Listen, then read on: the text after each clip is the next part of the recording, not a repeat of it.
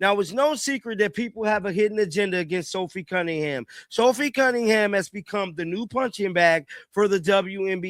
Now, this is the article here. This is the section where Sophie came out and spoke out against all of this stuff that has been happening.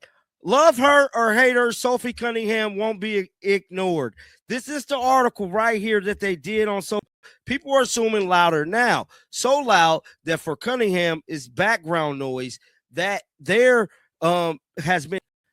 So as of right now, Caitlin Clark, 2.5 million views for the New York Liberty game, peaking at 3 million.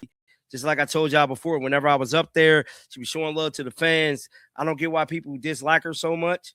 You know, she's right out of the gate. The take here is that Sophie Cunningham has become the WNBA's punching bag.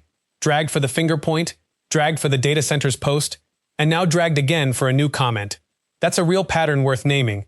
3 separate controversies in a matter of weeks, all centered on one bench player who wasn't even a household name 2 years ago. Whether you think the criticism is fair or not, the sheer volume of it says she's become one of the most covered personalities in the league, which sets up exactly why this next story blew up the way it did.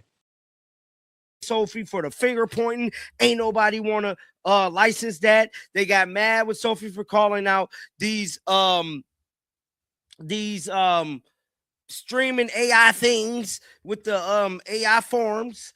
Then the data centers. That's what it was. They got mad at her for the data centers. Now people mad at Sophie Cunningham for calling out men's athlete wanting to participate in women's sports. Yes, we're still talking. So here's the actual headline.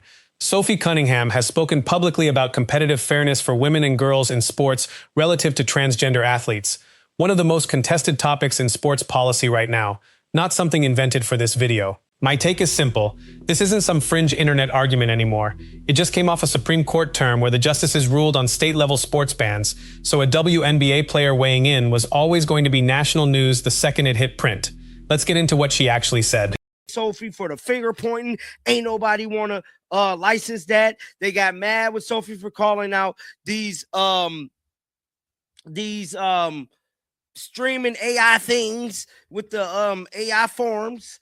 Then the data centers. That's what it was. They got mad at her for the data centers. Now people mad at Sophie Cunningham for calling out men's athlete wanting to participate in women's sports. Yes, we're still talking. Clay Travis framed this as Cunningham becoming one of the first current American female pro athletes to speak out this directly in a major outlet. And yeah, that's a notable milestone for a WNBA locker room specifically. But let's not pretend she's the first woman in sports to say something like this. Riley Gaines has been the loudest national voice on this exact issue for years, just not as an active pro athlete. What makes this different is the platform, ESPN, mid-season, tied to her own name, not the originality of the position. Got mad at her for the data centers. Now people mad at Sophie Cunningham for calling out men's athlete wanting to participate in women's sports. Yes, we're still talking about this. This is a thing. Now Sophie Cunningham has become the latest person to speak out against men athletes being able to compete against women in sports, which is very, very wrong. Now, with that being said, let's jump right into this thing. So ESPN released the article. Before we even get to the substance, the profile spends real time on the MAGA Barbie nickname, and Cunningham's pushback is that people are projecting a political identity onto her based on how she looks and where she's from. That's a fair complaint on its face. Plenty of athletes get boxed into a caricature the second they say one thing that doesn't fit a predictable script. Let's actually hear what she said instead of what the internet decided she said. Today, probably like an hour ago, talking about Sophie and this whole situation with men's athlete. Shout out to Clay Travis. He stated Sophie Cunningham just became one of the first current American female pro athletes to come out against men playing in women's sports. In a profiled article by ESPN. Good for her, rock star. Many others should follow. She's the Megan Rapinoe. Here's her exact framing. She says she's gotten a lot of backlash for supposedly hating trans people, denies ever saying that, and says her actual position is that she wants to protect young girls in a locker room or a sport from having to compete against biological men. That is a real specific policy stance, not a slur, not name-calling, and it lines up with the same argument that's been playing out in courtrooms and state houses all year. My honest take, some critics are calling this blatantly transphobic, and some fans are calling her brave for saying it publicly. Both reactions are happening in real time, and that split is the actual story here, not just her quote in isolation. Barbie, as some corners of the internet have taken to calling her projections. She says because what she looks like and where she's from, she'll weigh in on how to protect women's sport. She says because she's in the world and feels qualified to speak on the world, I got a lot of negative feedback about me hating trans. I'm like, I never once said that. She says, I think that I am here to extend love, but I also think with that love is truth.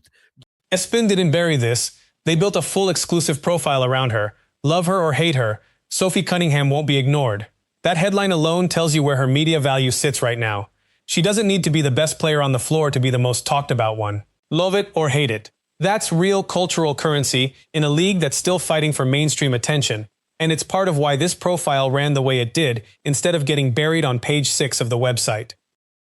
Now, I want to go on ESPN to see if I can pull up the full article, because now that I'm reading this, it's another paragraph. And we have to dive into this other paragraph because Sophie Cunningham has broken the damn internet. Let me see if I can get to the actual article right now, guys. On the entire article, ESPN did an exclusive story on Sophie Cunningham. And then the profile pivots to her insisting none of this maps onto a clean political identity. I'm very much in the middle. I agree with things on both sides, disagree with things on both sides. I actually think that's the most interesting quote in the whole piece, because it doesn't fit either side's narrative cleanly. People wanted her to be a full-blown culture war figure or nothing at all. And the actual quotes read a lot more like someone picking her spots than someone running a campaign. And is she a hero? Long before Sophie Cunningham was Caitlin Clark teammates, Whisper Clark's enforcer, or had even heard the name Caitlin Clark, all questions was asked. And depending on the day, discourse answered in regards to Sophie Cunningham. Now, down here is where we want to get to before we get into more of this article here, because this talks about the MAGA part, because we know that they like to call her the MAGA Barbie. Now, here it is. Now, the article goes on to say, but she also insists that none of this is. Now let's get to the other half of this video, because Caitlin Clark just broke another viewership record. 2.5 million average viewers for the Fever Liberty game, peaking at 3 million, the second most watched WNBA game since 2000. That's not hype. That's Nielsen data. No matter what storyline is dominating the news cycle that week, Clark is still the one number nobody in this league can replicate. Maybe they should have asked AI to spell check it and proofread it. I don't know, but I don't really like it. I ain't gonna hold you, man. We got to get back to this viewership, man. Caitlin Clark has broken another viewership record. And it doesn't stop there. The Fever Aces game averaged 2.64 million viewers on NBC and Peacock, the most watched WNBA game of the entire 2026 season. And Clark is the common denominator in basically every top-rated broadcast since she entered the league. My take? Whatever the league office is doing to market this team, it's Clark's name on the marquee doing the actual heavy lifting, and every ratings report this season backs that up. I ain't gonna hold you, man. We got to get back to this viewership, man. Caitlin Clark has broken another viewership record. So as of right now, Caitlin Clark, 2.5 million views for the New York Liberty game, peaking at 3 million, making it the second most watched WNBA game since 2000. Here's the part that should bother the league office specifically. While Clark is delivering record after record, Cunningham, her closest teammate and on-court protector, is dealing with real, escalating backlash this month. You can have strong opinions about whether her comments deserve that reaction, but there's no denying the gap between the numbers she's helping generate for this league and the goodwill she's getting back from it. Average, you are thrilling itches. Well, Caitlin Clark is the common denominator in every single top watch game outside of one since she's joined the league. No matter what hate train is thrown her way, people still tune in and watch. That's all the networks care about. Be ready for 50. There's also a personal layer here worth sitting with. Cunningham's been vocal about her home state of Missouri, and about the country generally, and the host read is that someone that visibly patriotic should be getting more warmth this particular month, not less. That's a fair emotional beat for the audience, even if you don't agree with every position she's taken. Nobody's arguing she isn't a real, specific person with a real hometown behind the headlines. Nationally televised games next year. That is the absolute truth when it comes to Caitlin Clark and this whole situation. But just like I stated, what stuck out more than anything, is the growing hate that Sophie Cunningham has been enduring this month of July. And we're supposed to be celebrating 250 years of the country this month.